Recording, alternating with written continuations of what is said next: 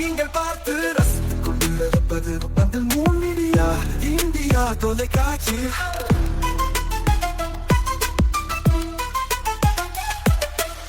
நீங்கள் பார்த்து ரசித்துக் கொண்டிருப்பது உங்கள் மீடியா இந்தியா தொலைக்காட்சி. நீங்கள் பார்த்து ரசித்துக் கொண்டிருப்பது உங்கள் மீடியா இந்தியா தொலைக்காட்சி. நீங்கள் பார்த்து ரசித்துக் கொண்டிருப்பது உங்கள் மீடியா இந்தியா தொலைக்காட்சி.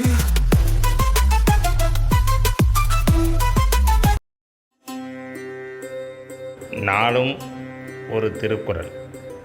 அறத்துப்பால். அகர முதல எழுத்தெல்லாம் ஆதி பகவன் முதற்றே உலகு. விளக்கம். எழுத்துக்கள் எல்லாம் அகரத்தை முதலாக கொண்டு இயங்குவதைப் போல இந்த உலகம் ஆதி பகவனை முதலாக கொண்டு இயங்குகிறது.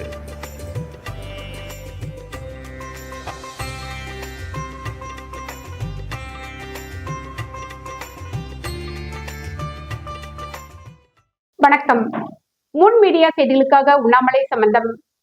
இன்றைய முக்கிய செய்திகள். போலி மருந்து வழக்கில் கைது செய்யப்பட்ட அனைவருக்கும் ஜாமீன். புதுச்சேரி மக்கள் அதிர்ச்சி.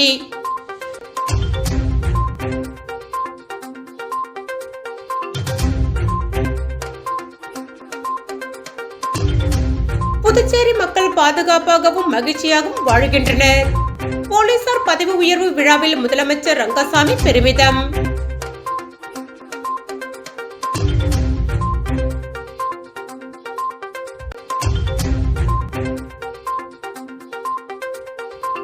இந்தியா கூட்டணி சார்பில் தர்ணா போராட்டம். போலி மருந்து வழக்கில் தொடர்புடைய என்ஆர் காங்கிரஸ் பாஜக கட்சியினரை கைது செய்ய வலியுறுத்தல்.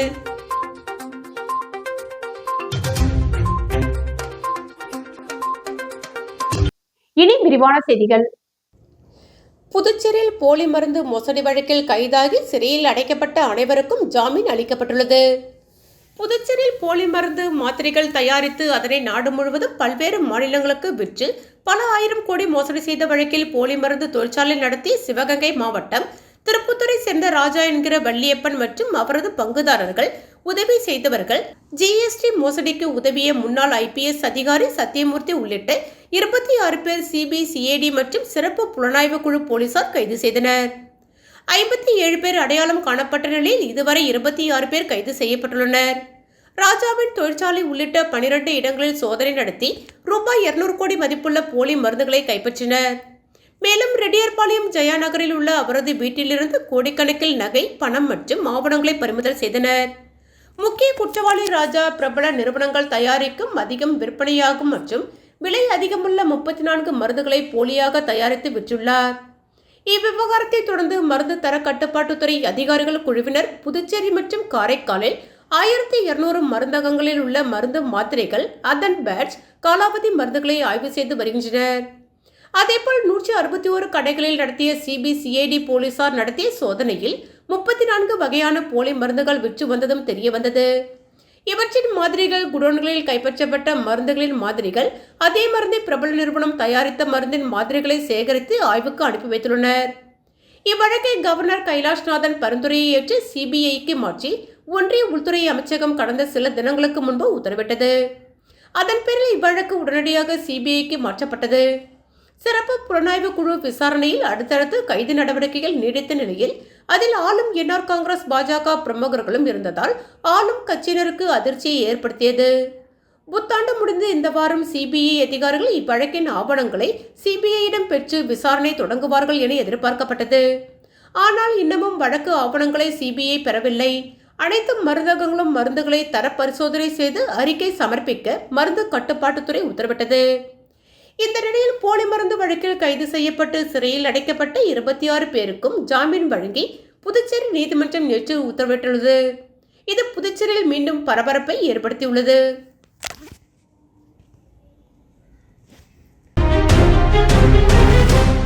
புதுச்சேரியில் போலி மருந்து வழக்கில் தொடர்புடைய என்ஆர் காங்கிரஸ் மற்றும் பாஜகவினரை கைது செய்ய வலியுறுத்தி திமுக, காங்கிரஸ் உள்ளிட்ட இந்தியா கூட்டணி கட்சியினர் தர்ணா போராட்டத்தில் ஈடுபட்டனர்.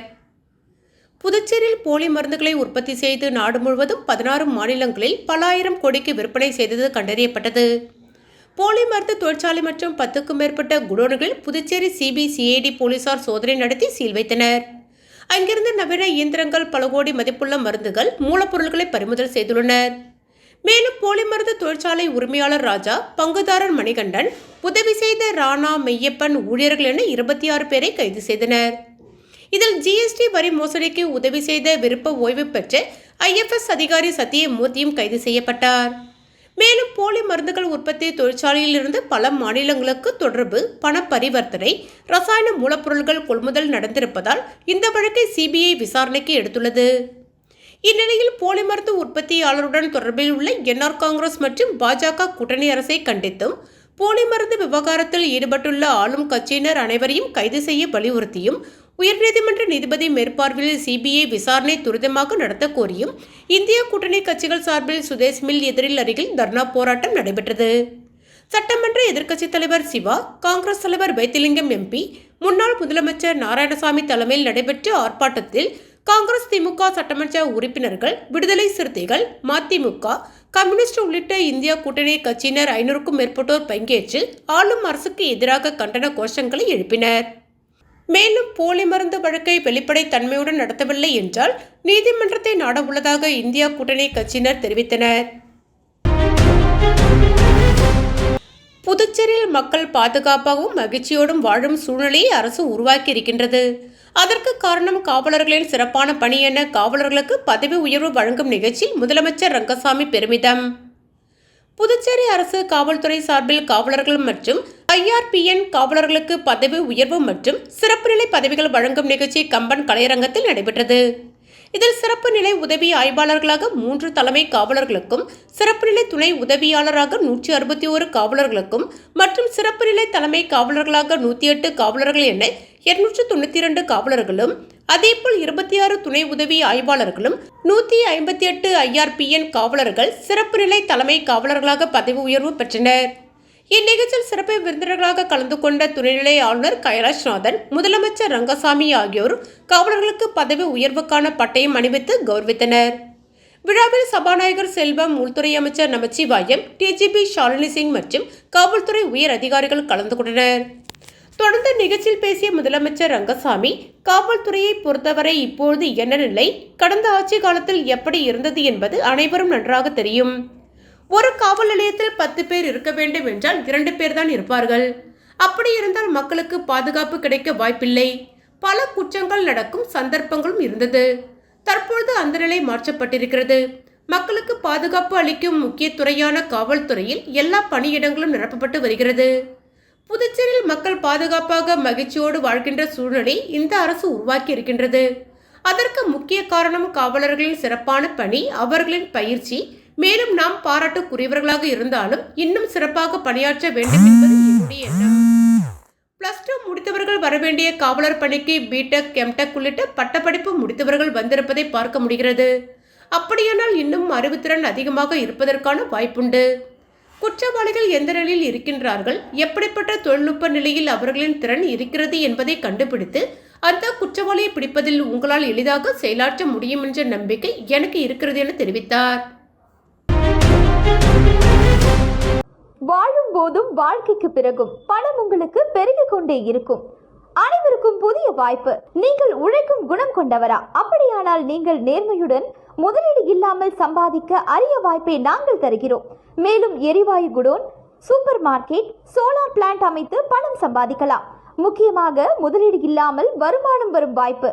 வயது வேறுபாடின்றி, கல்வி தகுதியின்றி அனைவரும் இணைந்து பணம் சம்பாதிக்கலாம். வாருங்கள், LDBS பஜார் உங்களை அன்போடு வரவேற்கிறது.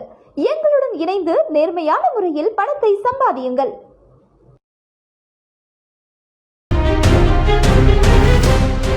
புதுச்சேரி அரசு மகளிர் மற்றும் குழந்தைகள் மேம்பாட்டுத் துறையினரால் செயல்படுத்தப்பட்டு வரும் வறுமை கோட்டிற்கு கீழ் உள்ள மக்களுக்கான விலையில்லா துணி வகைகள் வழங்கும் திட்டத்தின் கீழ் சிவப்பு குடும்ப உணவு பங்கீட்டு அட்டைதாரர்களில் அட்டவணை, பழங்குடியினர், மீனவர்கள், நெசவாளர் மற்றும் மாற்றுத்திறனாளிகள் நீங்களாக புதுச்சேரி மாநிலத்தில் உள்ள 1,45,930 வறுமை கோட்டிற்கு கீழ் உள்ள குடும்ப உணவு பங்கீட்டு அட்டைதாரர்களில் ஒரு நபர் உள்ள அட்டைதாரருக்கு ரூபாய் 500 வீதமும், 2 அல்லது 2க்கும் மேற்பட்ட குடும்ப நபர்கள் உள்ள அட்டைதாரர்களுக்கு ரூபாய் 1000 வீதமும் நேரடி பண பரிமாற்றத்தின் மூலம் இன்று முதல் பயனாளர்களின் வங்கிக் கணக்கில் வரவு வைக்கப்படுகிறது. இதற்காக புதுச்சேரி அரசு ரூபாய் 13.67 கோடி செலவிடுகிறது. இதனை முதலமைச்சர் ரங்கசாமி புதுச்சேரி சட்டப்பேரவையில் பயனாளிகளுக்கு வழங்கி தொடங்கி வைத்தார். வேளாண் அமைச்சர் ஜெயக்குமார், அரசு செயலர் சௌத்ரி முகமது யாசின், மகளிர் மற்றும் குழந்தைகள் மேம்பாட்டுத்துறை இயக்குநர் முத்துமீனா ஆகியோர் இந்நிகழ்ச்சியின் போது உணர்ந்தனர்.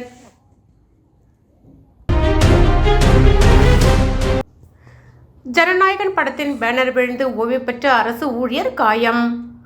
விஜய் நடித்துள்ள ஜனநாயகன் படத்தை வரவேற்று புதுச்சேரி அரியாங்குப்பம் பகுதியில் விஜய் ரசிகர்கள் வைத்த பேனர் அவ்வழியாக சாலையில் சென்று கொண்டிருந்த தமிழ்நாடு அரசு போக்குவரத்து கழகத்தில் பணியாற்றி ஓய்வு பெற்ற அரசு ஊழியர் தனசேகர் வயது 64 மீது விழுந்ததில் அவர் காயமடைந்தார். மேலும் தனசேகரனை அங்கிருந்தவர்கள் மீட்டு புதுச்சேரி அரசு மருத்துவமனை சிகிச்சை அளிக்கப்பட்டு மேல் சிகிச்சைக்காக சென்னைக்கு கொண்டு செல்லப்பட்டுள்ளார். இது தொடர்பாக விஜய் ரசிகர்கள் 3 பேர் மீது அரியாங்குப்பம் காவல் நிலைய போலீசார் வழக்கு பதிவு செய்து விசாரணை நடத்தி வருகின்றனர். புதுச்சேரி மாநிலத்தில் மறைந்த முன்னாள் முதலமைச்சரும் திமுகவின் உயர்நிலை செயல்திட்ட குழு உறுப்பினருமான RV ஜானகிராமன் பிறந்தநாளை ஒட்டி அலங்கரித்து வைக்கப்பட்டிருந்த அவருடைய திருவுருவப் படத்திற்கு சட்டமன்ற எதிர்க்கட்சித் தலைவர் சிவா தலைமையில் திமுகவினர் மலர் தூவி மரியாதை செலுத்தினர். புதுச்சேரி மாநிலத்தில் மறைந்த முன்னாள் முதலமைச்சரும் திமுகவின் உயர்நிலை செயல்திட்ட குழு உறுப்பினரும் மற்றும் மாநில கழக அமைப்பாளருமான RV ஜானகிராமன் அவர்களின் 85வது பிறந்தநாள் புதுச்சேரி மாநிலம் திமுக சார்பில் இன்று கொண்டாடப்பட்டது. தலைமை செயற்குழு உறுப்பினர் JVS ஆறுமுகம் ஏற்பாட்டில் நடைபெற்ற பிறந்தநாள் நிகழ்ச்சியில் ஆப்பூர் சாலையில் உள்ள இல்லத்தில் அலங்கரித்து வைக்கப்பட்டிருந்த ஜானகிராமனின் திருவுருவப் படத்திற்கு சட்டமன்ற எதிர்க்கட்சித் தலைவர் சிவா தலைமையில் திமுகவினர் மலர் தூவி மரியாதை செலுத்தினர். இதேபோல் RV ஜானகிராமனின் பிறந்தநாளை ஒட்டி பல்வேறு இடங்களில் நலத்திட்ட உதவிகள் வழங்கப்பட்டன. இந்நிகழ்ச்சியில் காங்கிரஸ் மாநில தலைவர் வைத்திலிங்கம் MP, அவைத்தலைவர் SP சிவக்குமார், சட்டமன்ற உறுப்பினர்கள் அனிபால் கன்னடி, செந்தில்குமார், சம்பத் உள்ளிட்ட ஏராளமான கழக நிர்வாகிகள் கலந்து கொண்டனர். வாழும் போதும் வாழ்க்கைக்கு பிறகும் பணம் உங்களுக்கு பெருகிக் கொண்டே இருக்கும். அனைவருக்கும் புதிய வாய்ப்பு. நீங்கள் உழைக்கும் குணம் கொண்டவரா? அப்படியானால் நீங்கள் நேர்மையுடன் முதலீடு இல்லாமல் சம்பாதிக்க அரிய வாய்ப்பை நாங்கள் தருகிறோம். மேலும் எரிவாயு godown, super market, solar plant அமைத்து பணம் சம்பாதிக்கலாம். முக்கியமாக முதலீடு இல்லாமல் வருமானம் வரும் வாய்ப்பு. வயது வேறுபாடின்றி, கல்வி தகுதியின்றி அனைவரும் இணைந்து பணம் சம்பாதிக்கலாம். வாருங்கள், LDBS பஜார் உங்களை அன்போடு வரவேற்கிறது. எங்களுடன் இணைந்து நேர்மையான முறையில் பணத்தை சம்பாதியுங்கள்.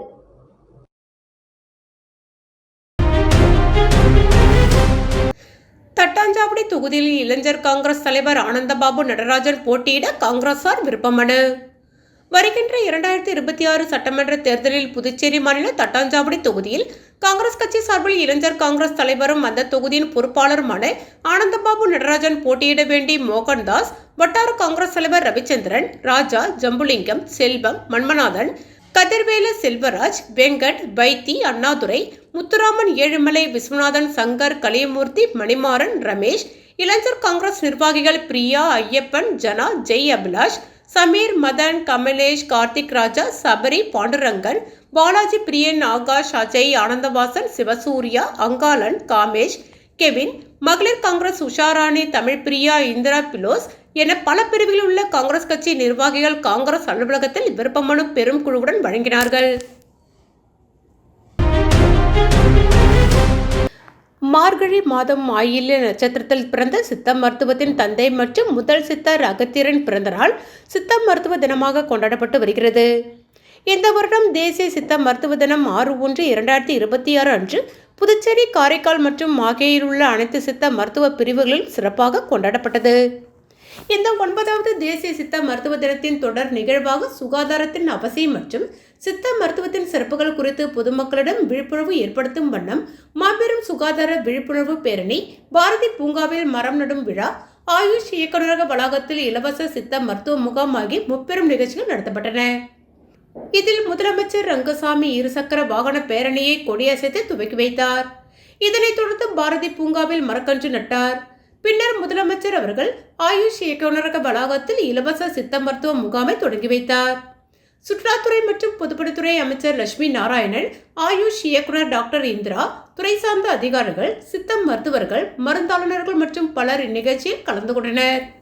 மீண்டும் இன்றைய முக்கிய செய்திகள். போலி மருந்து வழக்கில் கைது செய்யப்பட்ட அனைவருக்கும் ஜாமீன். புதுச்சேரி மக்கள் அதிர்ச்சி.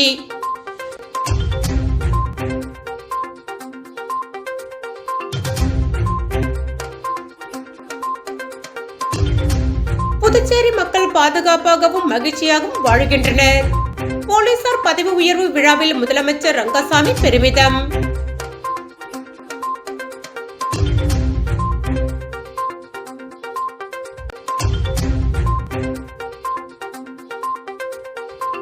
இந்தியா கூட்டணி சார்பில் தர்ணா போராட்டம். போலி மருந்து வழக்கில் தொடர்புடைய என்ஆர் காங்கிரஸ், பாஜக கட்சியினரை கைது செய்ய வலியுறுத்தல்.